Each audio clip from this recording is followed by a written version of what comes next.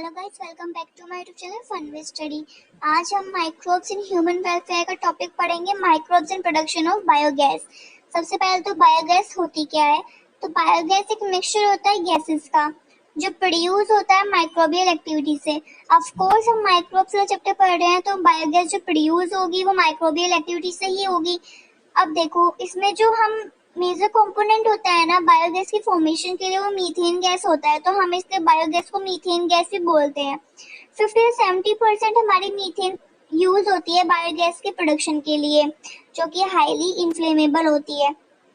जो हमारी दूसरी गैसेस होती है ना, वो कार्बन डाइऑक्साइड होती है, 30 से 40% यूज होती है। और जो हमारी दूसरी गैसेस जैसे कि हाइड्रोजन हो गया, हाइड्रोजन सल्फाइड हो गया, वो 10% यूज होती है।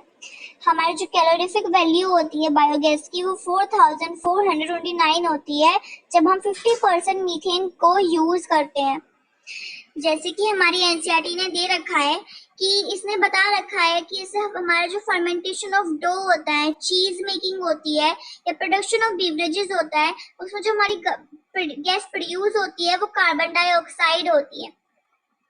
However, certain bacteria which grow anaerobically on cellulosic material produce large amount of methane along with carbon dioxide and hydrogen. अब इसमें क्या बताया है इसने कि जो हमारे जो सर्टेन बैक्टीरिया होते हैं, बैक्टीरिया जो हमारे होते हैं ना, जो एनाएरोबिकली ग्रो करते हैं सेलुलोजिक मटेरियल पर, वो प्रोड्यूस करते हैं एक लार्ज अमाउंट में मीथेन को along with कार्बन डाइऑक्साइड और हाइड्रोजन। हाइड्रोजन, कार्बन डाइऑक्साइड और मीथेन गैस के साथ, मीथेन की तीनों गैसेस प्रोड्यूस होती हैं जब हमारे बैक्टीरिया ग्रो करते हैं एनएरोबिकली सेलुलोजिक मटेरियल पर।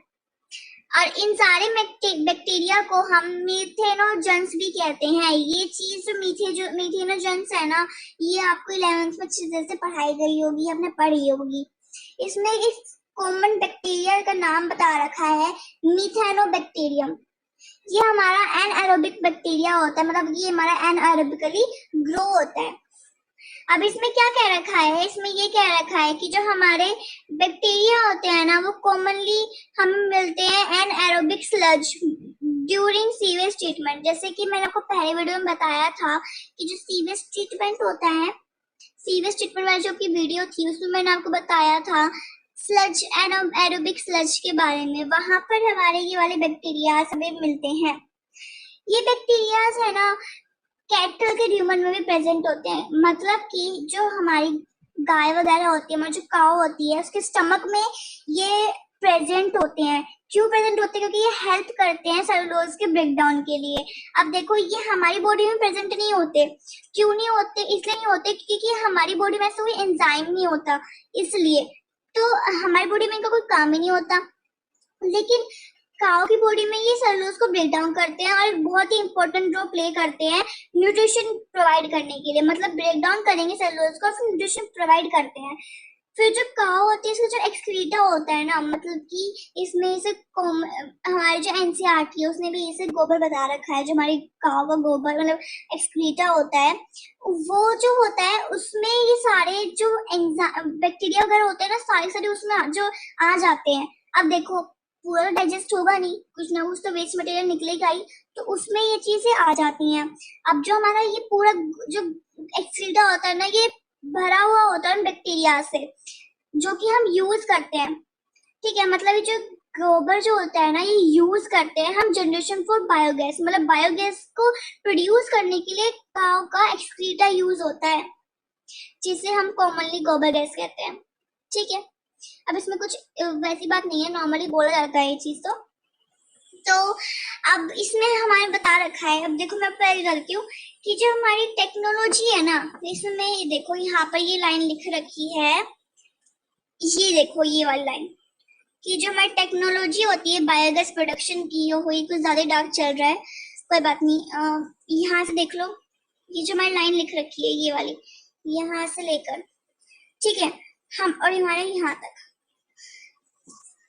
KVIC तक ये लिख रखा है कि जो टेक्नोलॉजी हमारी बायोगैस प्रोडक्शन के लिए यूज हुई है ना, ये मतलब जो हमारा जो बायोगैस प्रोडक्शन वाला जो टेक्नोलॉजी हमारे पास आई है, डेवलप हुई है हमारे इंडिया में, वो मतलब जो हमारे यहाँ पे इंस्टीट्यूट होगा, इंडस्ट्री का नाम दे रखा है ना, ये इन दोनों की वजह से हुई है। एक पहली है इंडियन एग्रीकल्चर रिसर्च इंस्टीट्यूट, दूसरी है khadi and village industries commission. पहली है हमारी Indian agricultural research institute IARI, और दूसरी है हमारी khadi and village industries commission KVIC।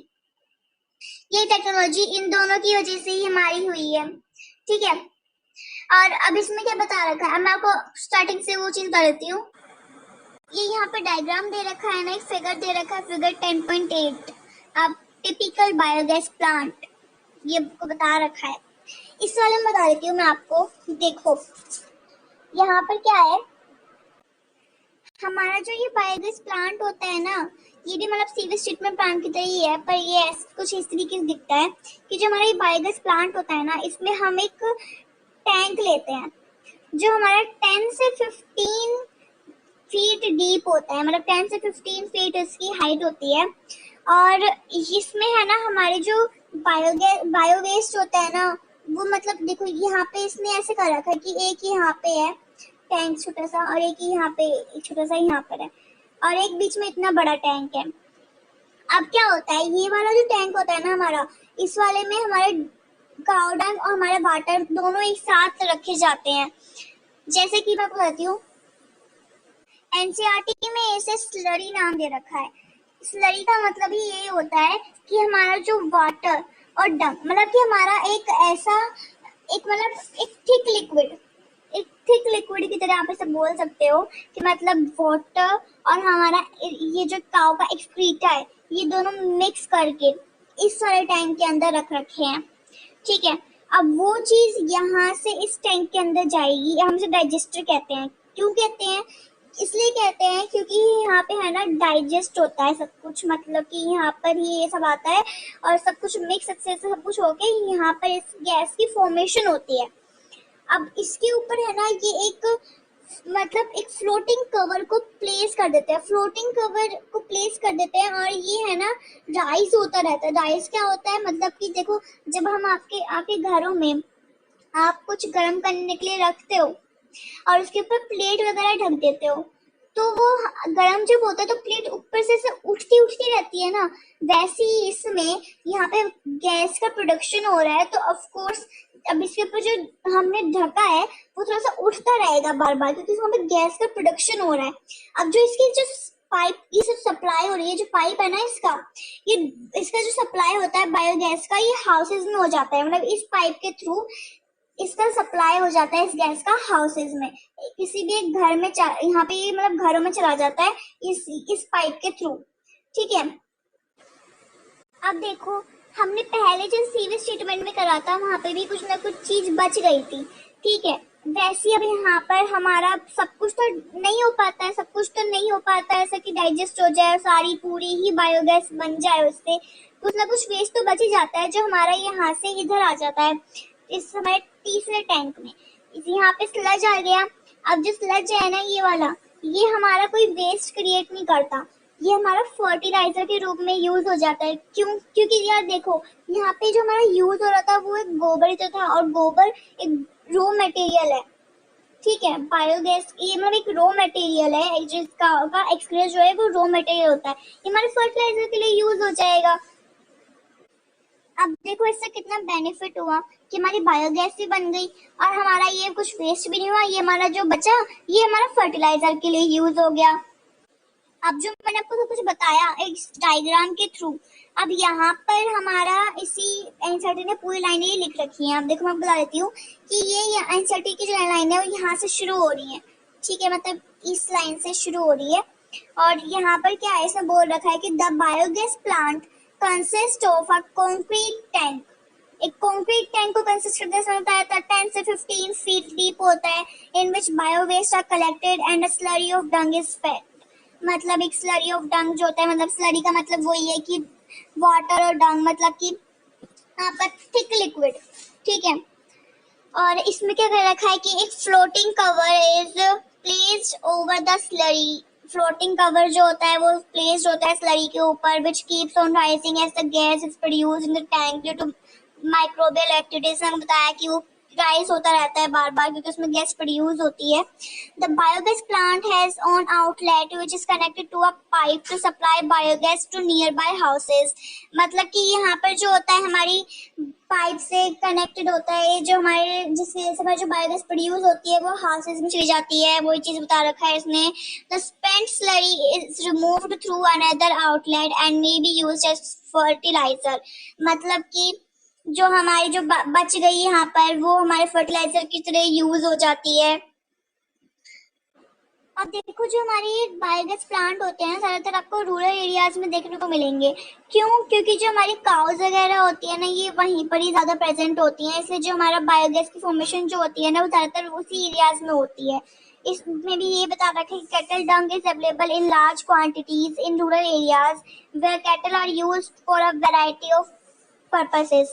So biogas plants are more after built in rural areas. ठीक है, हमने जो मैं आपको बताई वो चीज वो इसने एनसीईआरटी ने वही चीज लिख रखी है। और ये जो बायोगैस प्रोड्यूस हुई है इसे आप कुकिंग लाइटिंग वगैरह के लिए यूज कर लेते हैं। ठीक है, तो आज का लेक्चर यही खत्म होता है। नेक्स्ट लेक्चर में हम नेक्स्ट टॉपिक पढ़ेंगे। जो हमारा टॉपिक है हमारा नेक्स्ट है बायो कंट्रोल एजेंट्स। वो टॉपिक हम नेक्स्ट लेक्चर में कंप्लीट कर लेंगे। So thank you guys for watching my video. Please subscribe my channel. Please like my video. Thank you so much.